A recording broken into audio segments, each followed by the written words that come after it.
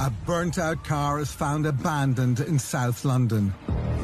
The police discover it's been stolen. Inside are partially burnt clothes and bed linen that appear to be soaked in blood. It's obvious a violent crime has taken place. And whoever did it, they're now trying to destroy the evidence. The police need to act fast. They need to find and secure that crucial forensic evidence that will help place the perpetrators behind bars. It's an uphill task. At this stage, they have no idea of the nature of the crime, where it took place, or even the identity of the victim.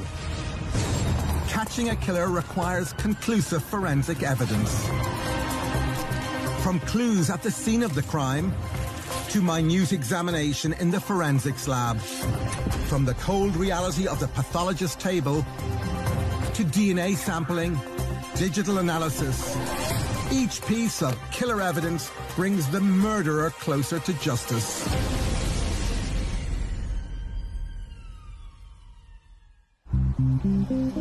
It's a wintry night in South London, and the emergency services are called to the site of a vehicle which has been torched and abandoned. Response officers cordon off the area to preserve the evidence as the forensic specialists get to work. Senior Investigating Officer Will O'Reilly takes charge of the case. And that car was reported lost and stolen, so it became of significant interest. The car is marked as the first piece of evidence, but it's what's inside that indicates a major crime may have occurred. If you're called to a burned-out car that you believe may have any form of connection to a crime that you're investigating, one of the first things you'll do is you'll sort of see what is left in the car, in the boot or inside, that you might be able to use. So you want to retrieve that as early as possible. Unfortunately, one of the problems you often get is the fire brigade have got there before you have got water everywhere, which can cause you a lot of problems. But in saying that, sometimes you'll get things that are actually better preserved than you think. Inside the car was clearly evidence of bloodstained clothing, bloodstained bed linen, there was some face masks in there was some old carpet in there. So it aroused suspicion. The forensic experts catalogue the blood-stained clothes and the face masks they find in the back of the car. From inquiries with the owner, it was quite clear that the property found in the car didn't belong in the car when they last saw the car. So they've been placed in there afterwards.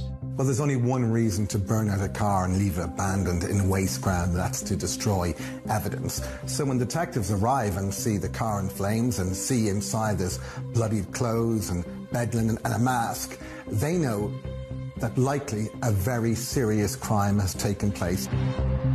Swabs are taken in the hope that DNA evidence can be recovered and potentially identify who was involved. The first thing that you'll need to do is to eliminate the person who legitimately owns the car, provided you're confident that they've had nothing to do with it, and perhaps their family or other people who drive the car, other people who are in it regularly, because there'll be a mighty mixture of both finger marks and DNA within that vehicle, because people don't clean their car every time they drive it.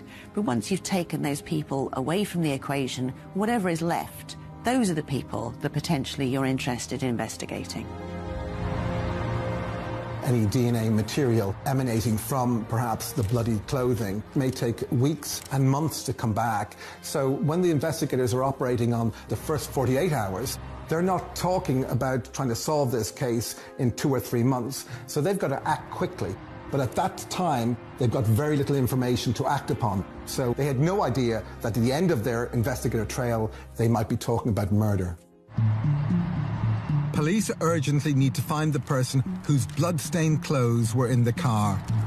They search for any reports of people being treated in hospital for serious injuries overnight, or people reported missing in the area. With missing persons, what happens is people normally ring into a police station. So you'll get a missing persons report. It'll be allocated to an individual officer. There'll be a local officer generally. And when I was a chief superintendent in certain boroughs and divisions, I would check the missing persons book at least once a week. So you see what had been recovered, what moved on, which have become investigations. Inquiries in local hospitals draw a blank, but police discover a local 41-year-old father of 6 called Roy Brooker had failed to return home 2 days earlier. Roy was reported as missing by his family. He should have turned up to a nativity play with a member of his family. He didn't. They presumed he was just drinking with his old bucks in the inn and didn't come home. Brooker is known to police as operating on the fringes of South London's criminal underworld. Roy Brooker was a part-time petty villain, really, I suppose you might say, but part-time painter and decorator as well. Brooker's family say his disappearance is completely out of character. It immediately rings alarm bells with the detectives. Is Brooker mixed up in whatever crime has happened around the burnt-out car? They set out to find him. We did some inquiries and found the last time he was seen was drinking in a public house on the Old Kent Road, and we were able to discover the identities of the group he was drinking with. The group included a couple of known serious criminals called James and Jason Lawler. We knew that he was drinking with at least one of the Lawlers at the time, James Lawler. They'd known each other as families for years. The Lawlers were renowned for their criminal activity, and they had a history of crimes behind them. We knew that Lawler was involved in contract killings. We know that he was a career criminal. James Lawler in particular was sort of the killer, and Jason had a proficiency apparently in disposing of bodies. They were all criminals, all drug abusers, users, and in some cases suppliers. Now, Roy was a kind of petty criminal. He operated on the fringes of serious criminals. And the problem when you're dealing with serious criminality and a serious criminal community, a crime family, is that around this whole community, people make money. They live off the proceeds and they benefit from small jobs, petty jobs, cash on the side. But in return for this, the community is required to reward this crime family, often with no mercy, a silence. So they likely will not cooperate with the police. Police hit a wall of silence. They examine footage from the limited CCTV coverage of the area to see if they can spot Brooker. We did have a look at a CCTV trawl, but these are early days. This is 1999, and really the CCTV coverage that exists now, that you can really follow people around, just didn't exist then. So nothing was achieved by looking at CCTV. It's now apparent they urgently need to speak to James Lawler. We knew he'd been drinking together. Looking at Brooker's last movements, that clearly made James Lawler a person of interest. James Lawler is nowhere to be found, but police obtain a warrant to search his flat. Gaining entry on there, clearly that was a scene of a crime. The carpet was cut up in irregular pieces, like there was a square missing out of it in the middle of the lounge. There was elements of broken furniture in there. There was tins of paint in there. Clearly some walls have been recently poorly redecorated. There was a rush to leave there. It's clear there's been a serious fight in James Lawler's flat. Was Brooker attacked there? And where is he now? Despite the obvious cleanup operation, there's a wealth of potential evidence to be found and analysed. As a father of 6, it was highly unusual for Roy Brooker not to return home, and the police are convinced he's come to some harm. He was last seen drinking with a violent criminal called James Lawler. The police believe it's likely they returned to Lawler's flat, where Brooker was attacked. Police have been called to a burnt-out stolen car in South London. In it, they find partially destroyed blood-stained clothing and face masks. They fear the items could be linked to the disappearance of father of 6 Roy Brooker. The police have their first lead. Door-to-door inquiries have established that instead of attending his daughter's nativity play, Roy Brooker was out drinking with violent criminal James Lawler.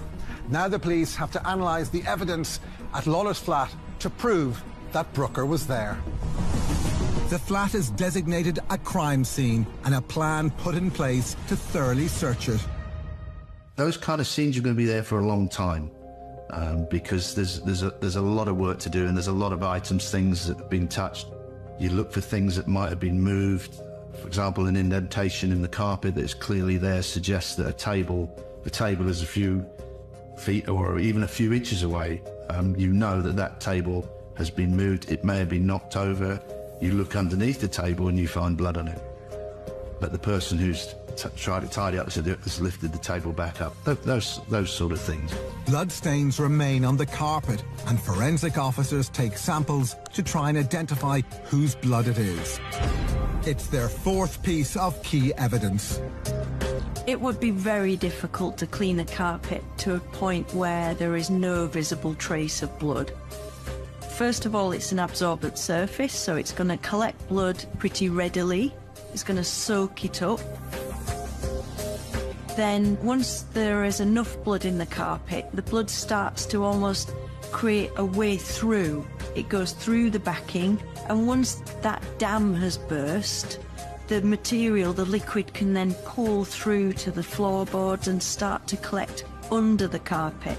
And in some crime scenes, we've seen evidence that even though you can see quite a heavy pool of blood in a particular area, if you tread on the carpet some distance away from it and make that contact, it can draw blood up through the carpet, because underneath there is quite an extensive amount of blood that's collected.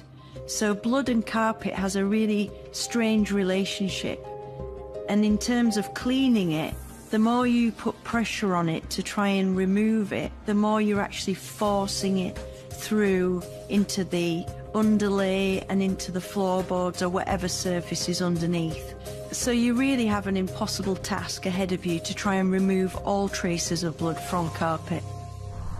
Amid the chaos, the walls have been freshly painted, and police suspect the reason is to conceal further evidence. Officers use a chemical called luminol to detect further bloodstains.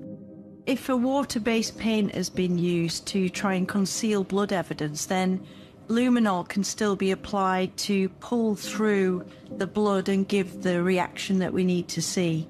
So it can be used in a very effective way to kind of screen large areas really quickly, actually, to see if there's any trace of blood evidence there, and then we can start to focus in on those areas to do all the other tests that we do. The luminol shows up smears of blood all over the walls. It's clear someone, probably Brooker, has been seriously injured in the flat.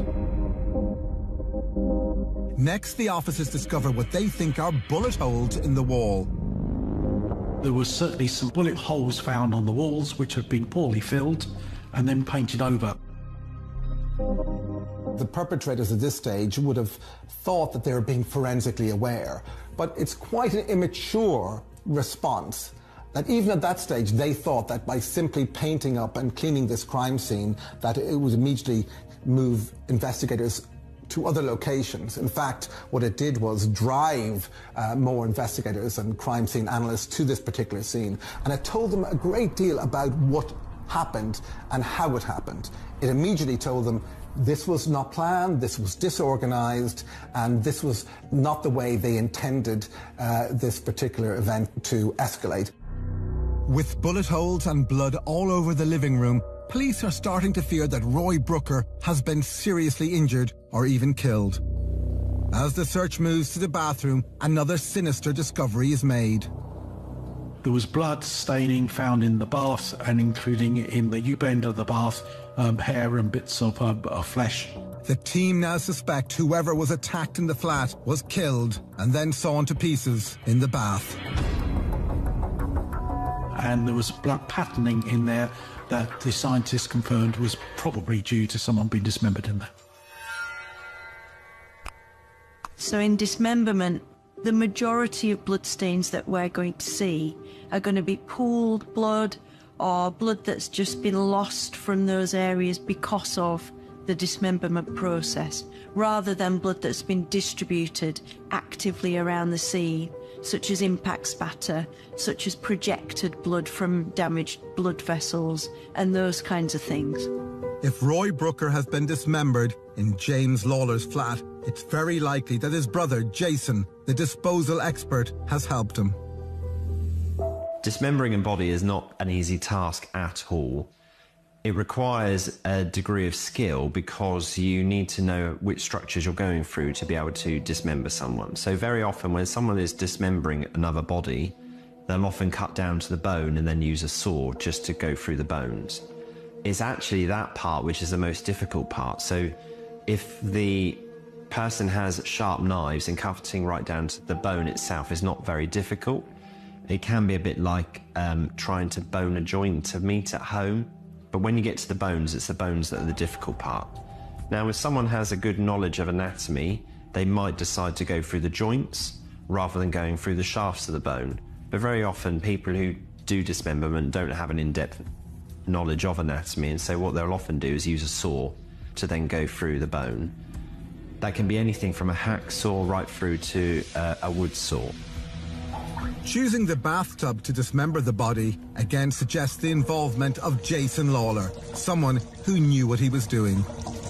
So in the bathtub, the body would be crumpled up, which would make it more difficult to straighten the body out to be able to do the cuts. And in fact, dismemberment in the bath is probably a slower process than dismembering someone laying out flat on the floor.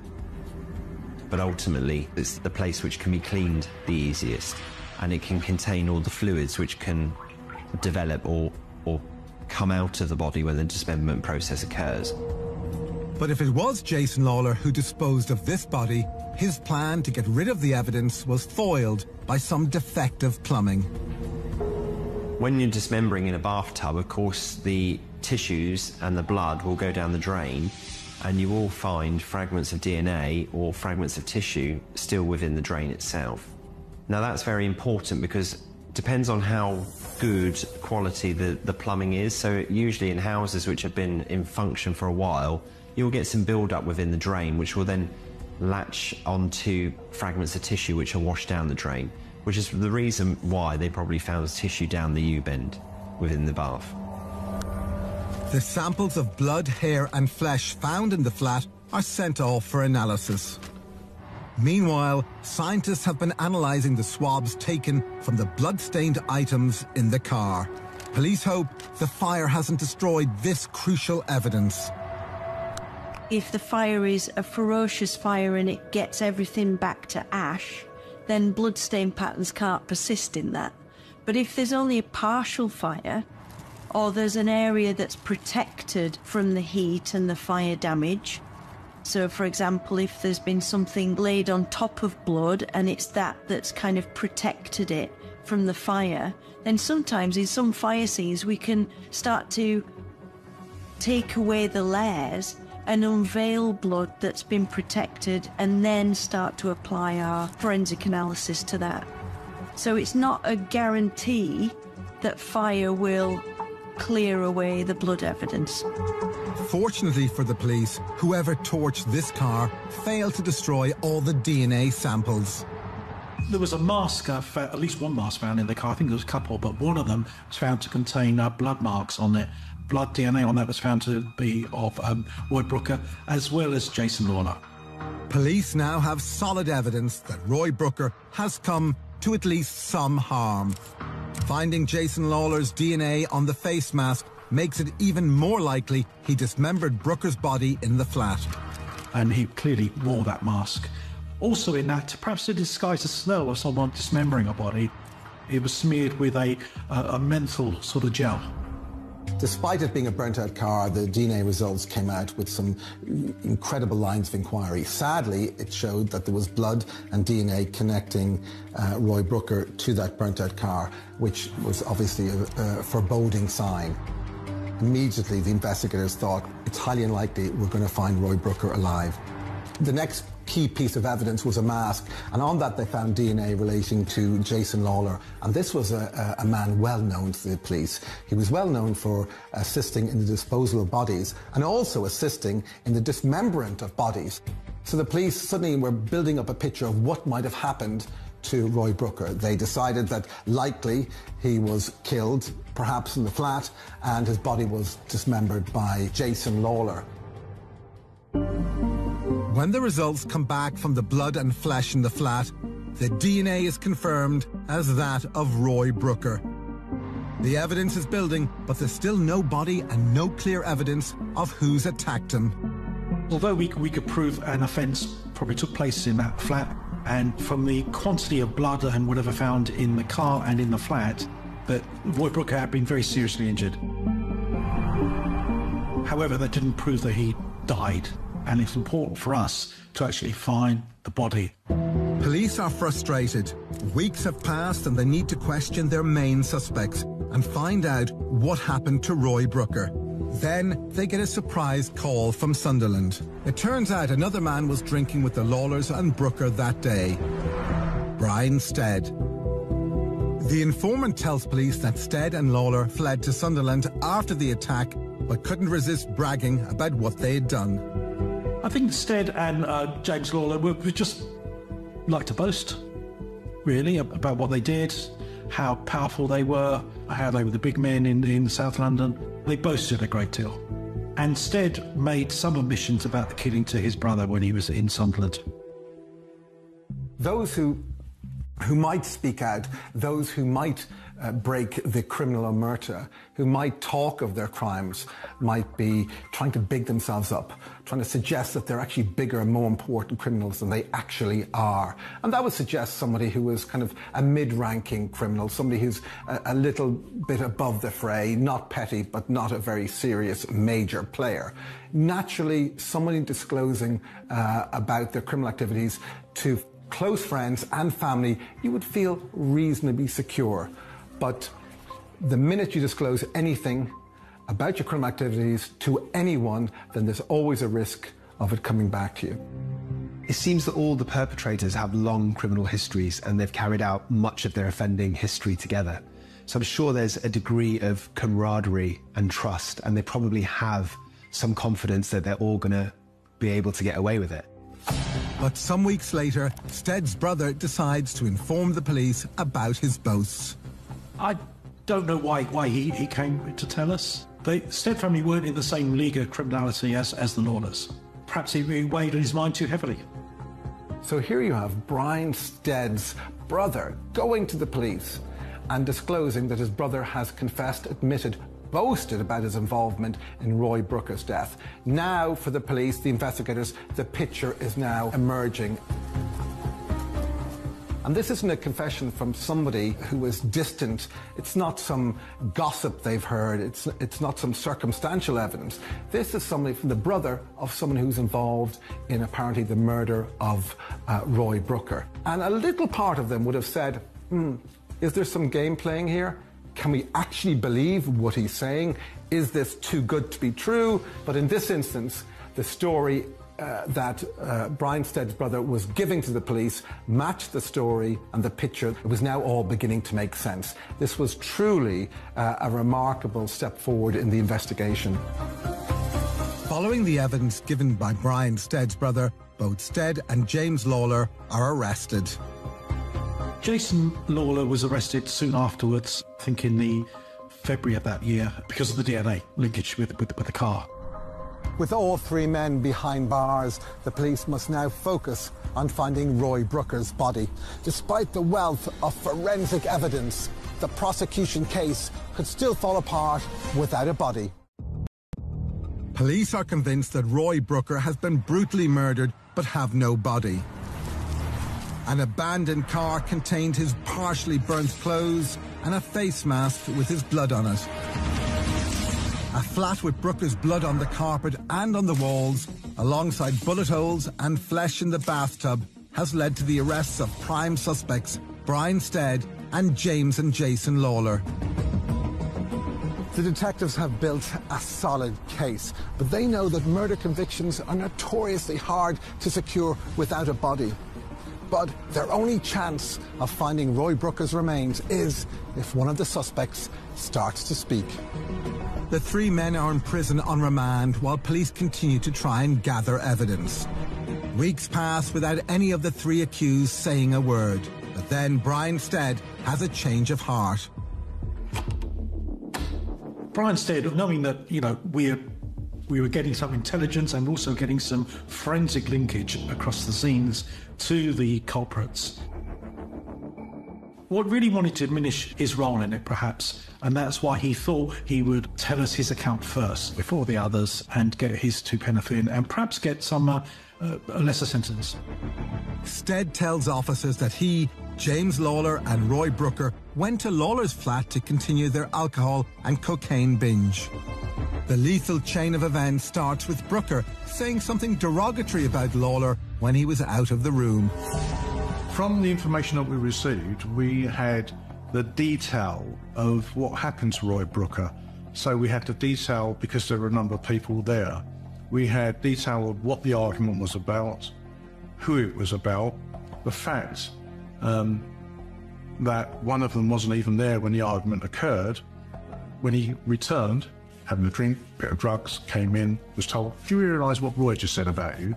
And then it kind of kicked off. We already know that James Lawler has violent tendencies, and then you add cocaine and alcohol into this mix. So both of those substances are known to disinhibit people. So people that already have these aggressive tendencies, it can magnify them. It can also make them quite impulsive, so they don't think through fully the consequences of their actions. So all of this together is a very dangerous cocktail. James Lawler pulls out one of his guns from a holdall and shoots Brooker in the leg. Brooker then runs out of the room, followed by Stead, and they fight with knives. He said that they then ran into the kitchen and Brooker stabbed him, perhaps in mistake, thinking he was James Lawler in the fray, having been injured. Lawler then steps things up even further. James Lawler apparently then produced another firearm from the same holdall and shot him twice in the mouth before shooting him again and stabbing him. Stead is adamant it was James Lawler who killed Roy Brooker, and then called Jason for help. They called round his brother, who was, as I said, proficient in disposal of dead bodies. He came round with a toolkit where he cut up the deceased in the bath using a saw, other implements, into disposable parts, basically. The group disposed of the body, including cutting bits of it up with a saw. So this just shows a complete lack of empathy, a lack of emotional response at the time, considering that that the victim is friends to some of these people. It really shows how they dehumanized the victim and saw him as an object, almost like an inconvenience that they had to get rid of so they wouldn't get into trouble. Stead's account of the dismembering of Roy Brooker's body fits with the forensic evidence in the flat and the car, but there's no way of confirming which of them killed Brooker. How correct that is, I don't know. It's correct as far as the disposal of the body is concerned. As for what happened inside the flat of the night, he may have been trying to lighten his culpability. Brian Stead felt he wasn't guilty of murder. He played a minimal role. He may have been and played some part in the disposal of the body, but in terms of criminal time and culpability, that was pretty minor compared to the very serious crime of murder. The police naturally were very suspicious. This is a man who was only talking under duress. Was this a self-serving confession? Well, yes, but was it also true? To Brian Stead's great benefit, his story and his confession appeared to match the evidence the investigators found on the ground, and also the picture they had been building up since day one of the investigation. So although his confession was self-serving, although he did the predictable thing and sang like a canary to try and save his own life, his story, by and large, did appear to match the evidence the investigators were finding on the ground. The evidence is beginning to build. Police have Roy Brooker's bloody clothing and bed linen. His blood and flesh have been found in James Lawler's flat. And a face mask discarded in the car has Jason's DNA and Brooker's blood on it. What they don't have is a body, the killer evidence that will convict the murderers. Finally, he reveals where they drove Brooker's remains in the early hours of that December morning. He indicated, or he told us, the body had been disposed of at an landfill site in Raynham in Essex. Stead even includes the gruesome details of what happened on the drive there. How they took the route, what happened, and the fact that the deceased's arm was placed out of the car in jest, really, indicating a hand signal left or right. Yeah, easy access to the refuse site, and literally just scattered his remains around that, showing no dignity towards him. Bearing in mind they'd already shot him, stabbed him and dismembered him, but they took it even further by leaving him on a waste site.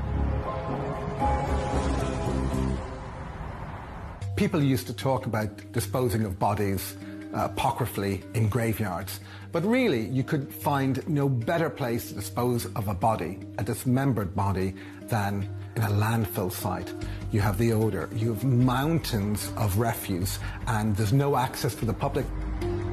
And for the experienced criminal, for an experienced offender, likely they would have used a landfill site before or heard of someone else using it. So when it came to dispose of Roy Brooker's body parts, you would think, well, for an offender, it's a very good place. Basically, it was an old chalk pit with these massive areas where lorry after lorry after lorry, constant lorries used to come in there, tip their garbage into the front, as it were, which is then moved around by bulldozers. And once you get to about a metre thick, it was then covered with a layer of dredged soil from the Thames, and another layer was put on top, and another layer of another layer. So it was hundreds of feet deep, it's in places. It is now 6 months since the burnt-out stolen car and Roy Brooker's blood and DNA were found. The police now have an important decision to make. Do they press ahead with a difficult and expensive search to try and find Roy Brooker's body? Or do they hope for a conviction based on the forensic evidence they've gathered so far and a confession from someone who may turn out to be unreliable? The decision to search a landfill is a complex one. First of all, there are huge budgetary constraints in any police force.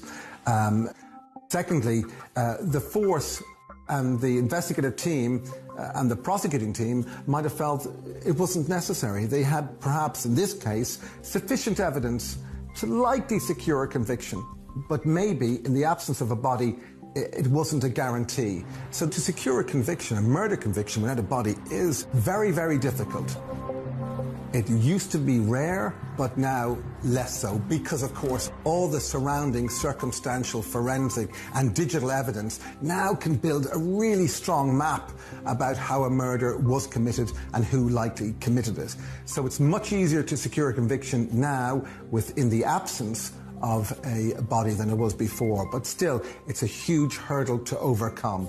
And in the absence of circumstantial, forensic and other digital evidence, it's nearly impossible to secure a conviction. Despite the very real chance of failure, Senior Investigating Officer Will O'Reilly decides to press ahead with the search. Once we had an indication where the site was, we had to come up with a plan on how to search it. It had breather tubes of methane, it had toxic gases in there. It was a health and safety nightmare, really. So we had to come up with a plan that would work to try and find the body parts of Roy Brooker. The site was designated a crime scene and the officers began the hazardous work. Not only was there a problem with breathing and apparatus and everything else, in that you had to make sure you didn't breathe in some of the fumes that were coming off that site, but your footing was really delicate to walk around. We had a specialist team of officers in. I think they were with an inspector, probably about 12 officers working all day long, from sun up to sunset. The team spent more than a fortnight meticulously probing the rubble, covering the face off the dumping area, and then painstakingly and with sometimes just with a fork, literally searching through plastic bin liners, all sorts of stuff that had been mixed among the soil, etc. And of course there was a number of bones found. I mean, a lot of animal bones found there. Certainly, the remnants of roast dinners probably. And, it's hard to tell which is human sometimes and which is just a leg of an animal. So all sorts of stuff dumped in there. Very dangerous, very dirty. It was a horrendous task. It shows you the dedication, and it also shows you that the officers realise that it's important that they try and find and corroborate what they've been told. Towards the end of the third week, there's still no sign of any human remains, and the team is about to give up. And all of a sudden, I can remember because I was there looking at it, one of the machines had pulled away the front of the mug. And literally a bone, almost by itself, stood on end at the front. And we all looked at each other and thought, that looks unusual anyway. This was the first sight of anything resembling human remains. If this was one of Roy Brooker's bones, then the evidence against the Lawler brothers and Stead would be compelling. A burnt-out car containing Roy Brooker's bloodied clothes and a face mask have been found in South London. A search of a hardened criminal's flat finds Brooker's blood on the floor and walls, likely caused by bullet wounds. His flesh is found in the bath, but there's still no body. Now the police are searching for his remains at a huge landfill site in Essex. After 3 weeks of arduous and dangerous digging, they finally spot something which resembles a human leg bone.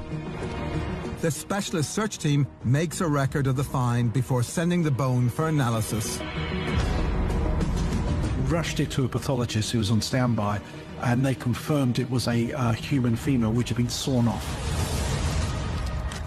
For the untrained eye, looking at a bone can be difficult to know whether or not it's human. So very often I'll get asked to examine bones which the general public may have found, and in fact when we examine them, they're often animal bones. So for example, an animal femur is usually much shorter than a human femur.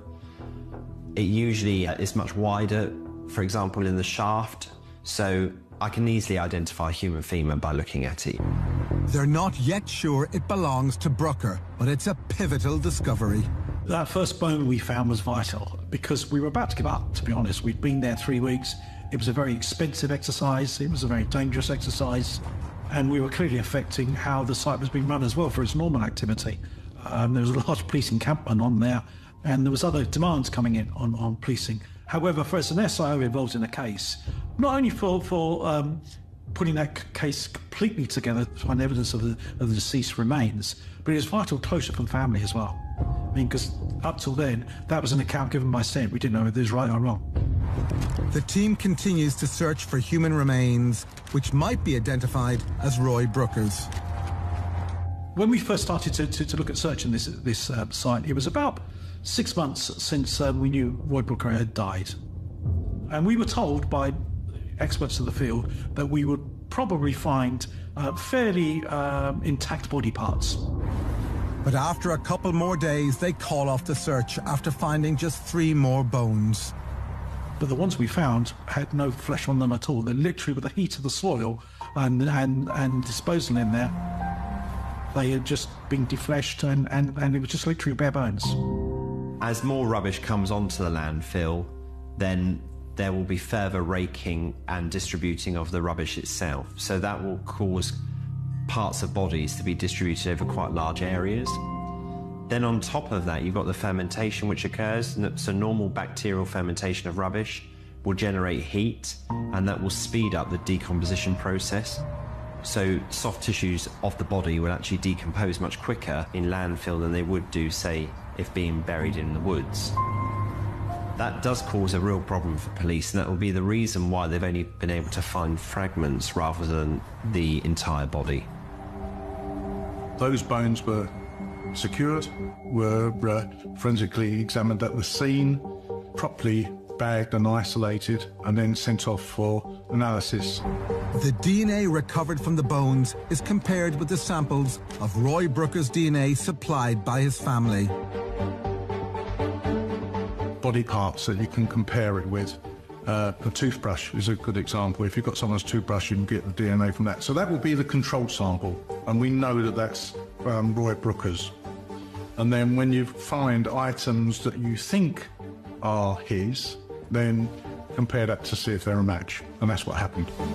The detectives finally get the results they're hoping for. The tests confirm that all 4 bones are those of Roy Brooker. And those were eventually returned to the family, and they held a ceremony, a religious ceremony. The finding of the body parts was not only crucial for the investigation, it was crucial for the family. At last they had something to bury. They had some body parts they could put in a coffin and they could send them out and they could really deal with their grief finally. Police now believe that not only is there a wealth of forensic evidence against Stead and the Lawler brothers, they finally have the killer evidence. Brooker's bones from the rubbish tip, proving he was murdered shortly after he disappeared on the 16th of December 1999 in Bermondsey, South London. On the 27th of November 2000, the trial begins. Despite helping police, Brian Stead is still charged with the murder of Roy Brooker, along with James Lawler and Jason Lawler. They all plead not guilty. It's an ordeal for Roy Brooker's grieving family.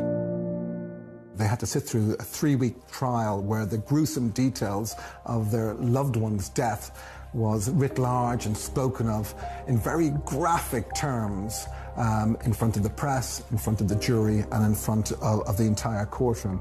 Inevitably, the defence will get to work and attempt to deflect and disassociate their clients from the crime. In James's case, he claimed to have an alibi from his sister for the time of the murder, and that, in the end, didn't work. Jason Lawler didn't give any evidence at all, as is his right. It's the prosecution's job to convict him, but it's not his job to prove his innocence. His guilt has to be proved by the prosecution.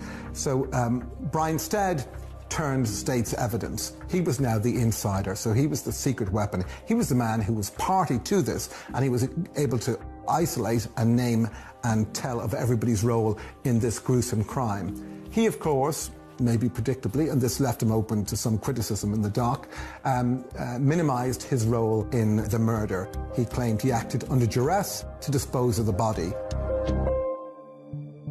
They actually turn on each other during the trial, which shows that it's all quite superficial to a degree. They will do or say whatever they need to try and save their own skin when it really boils down to it. On the 18th of December 2000, a year and 2 days after Roy Brooker's disappearance, all 3 men are convicted. Brian Stead's strategy to inform on the Lawlers and avoid a murder conviction fails. James Lawler and Brian Stead were sentenced to the same period of imprisonment, life imprisonment together. The judge said they were sort of co-conspirators, as this was a joint enterprise with the 2 of them, and that Jason Lawler was involved in the conspiracy to permit the course of justice, i.e. the disposal of the body, and he received a term in prison of 8 years. I looked at them as they were being sentenced, and I saw no remorse in their eyes. A lot of murder investigations lead to success of a charge and conviction because of mistakes made by the individuals that perpetrated them. They were well practiced in the art of murder and in the underworld dark arts of body disposal. But in this instance, they left a disorganized crime scene. But of course, the crucial thing was they left behind a witness, Brian Stead, who turned state evidence, and that led the police to the killer evidence, the evidence which ultimately secured their conviction, and that is the body parts in the landfill site. Without the key witness coming forward and giving us that information of where Roy Brooker was deposited and left on a rubbish site, we wouldn't have found the bones, we wouldn't have tied that back in. It's quite likely that the perpetrators would have gone on free and gone on to kill others. 18 months after the trial, Brian Stead and Jason Lawler try and appeal their convictions. Stead again accepted he helped get rid of the body, but denied any part in the murder. Jason Lawler denied any part in the proceedings. What's interesting about the ruling against Jason Lawler's appeal is the evidence that the judge talked about, which was found originally in the burnt-out car.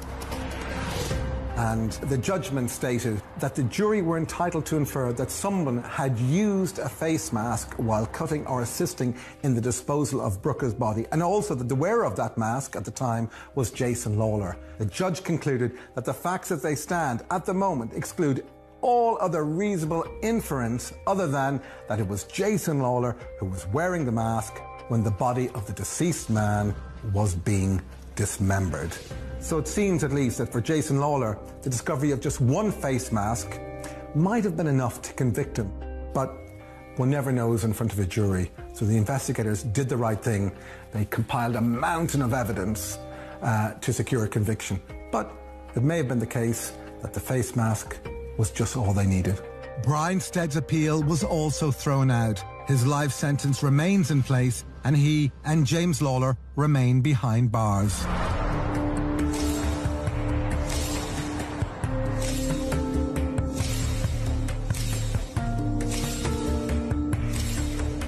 Roy Brooker was a much-loved family man, a father of 6, who was meant to be attending his daughter's nativity play.